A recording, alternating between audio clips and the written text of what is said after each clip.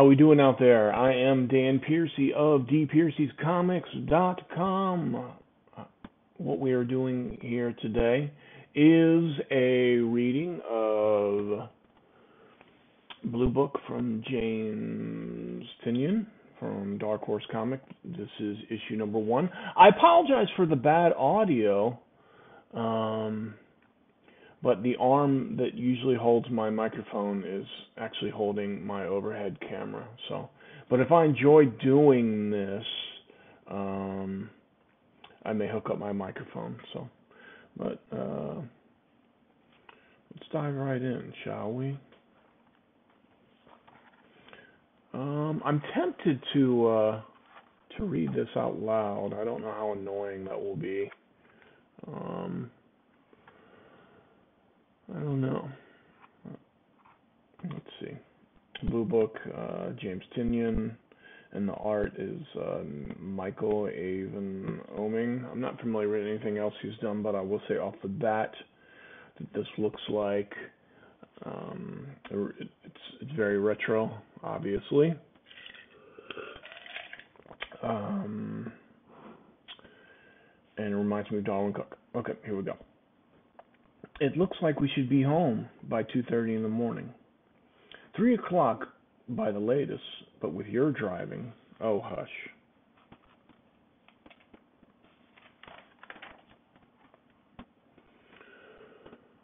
It was Tuesday, September 19th, 1961, when Betty and Barney Hill began their long drive home to Portsmouth, New Hampshire, from their modest holiday in Montreal. The couple had heard that a hurricane was making its way up the coast, and having already exceeded their budget for their vacation, they determined it was in their best interest to make the drive home overnight. So yeah, I guess I will read along. You can just mute this if you want to see what's on the pages, and well, I'm not here, my commentary on page to page, so here we go. The vacation had been Barney's idea. He was a dispatcher working the night shift at the Boston Post Office, a 60-mile commute from his home in Portsmouth. The late shift and the long commute were punishing, and he had recently begun treatment for an ulcer. The job was not challenging to a man of Barney's intellect, but it was steady and allowed him the time to focus on his work in the civil rights movement. Barney was the legal redress chairman of the Portsmouth chapter of the NAACP. He served on the advisory board of the United States Commission on Civil Rights and on the board of directors of the Rockingham County Poverty Program. He was by all accounts a congenial but serious man.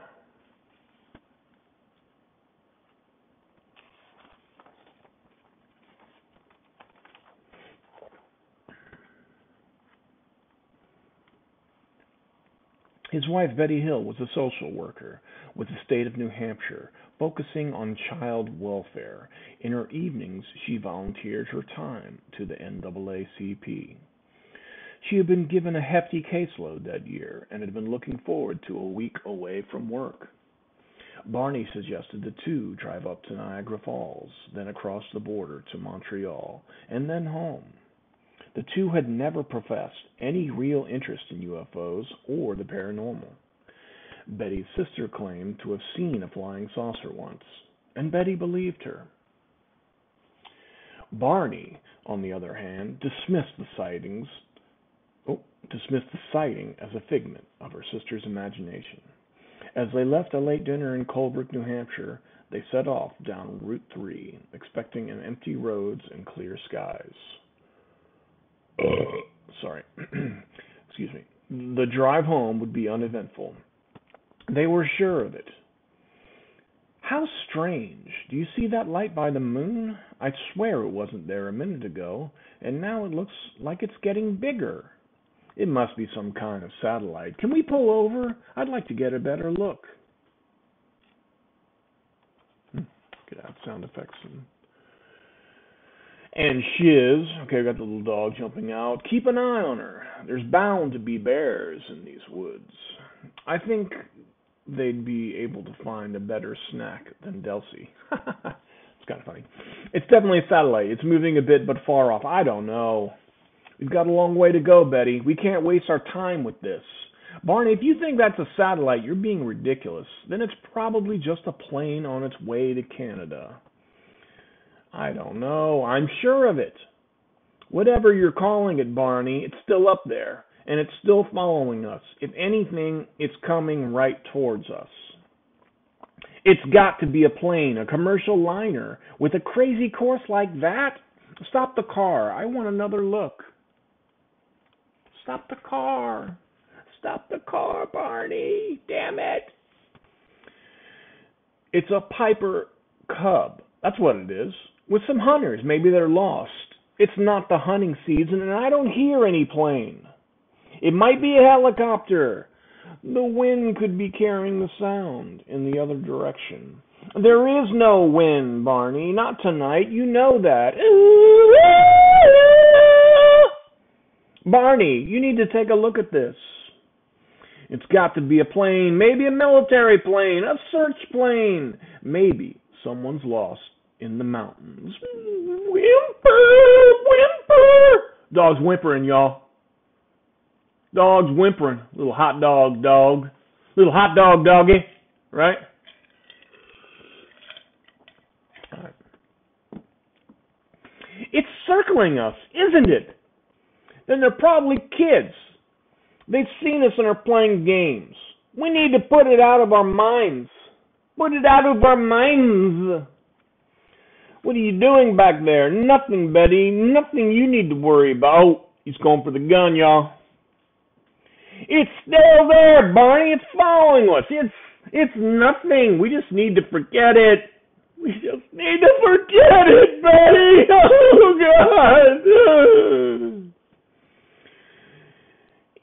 It looks like it has windows all along the side, or maybe they're lights. Barney, I don't know why you're trying not to look at this. Stop the car and look at it. It'll be gone before I turn off the engine. Barney, you got to stop. You've never seen anything like this in your life. See it? It's just floating there. How is that possible? All right, give me the binoculars.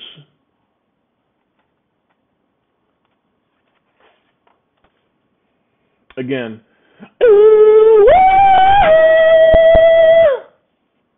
Trying to get away. Dog is whimpering.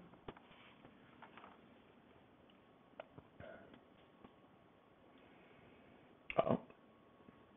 Barney, what are you doing out there? Don't get too close.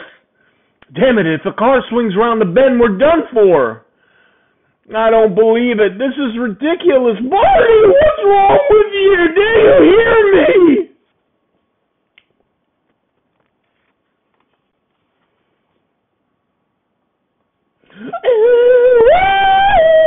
Barney, please. Oh God. Oh God, Betty. So I like how they went from this duochromatic blue and black to this red. It definitely makes an impact. They're going to capture us! Excuse me. Okay, I'm not going to read this backup story, but I will say I thought the backup story was pretty cool. Spoiler alert, I already read this before and the audio was off. Damn OBS. I had to do the audio input again. So this is take 2. And I really like that. Isn't it awesome? It's the kind of thing that makes me want to get out my pencil and sketch pad and start drawing. Although I've been drawing on the iPad and Procreate lately.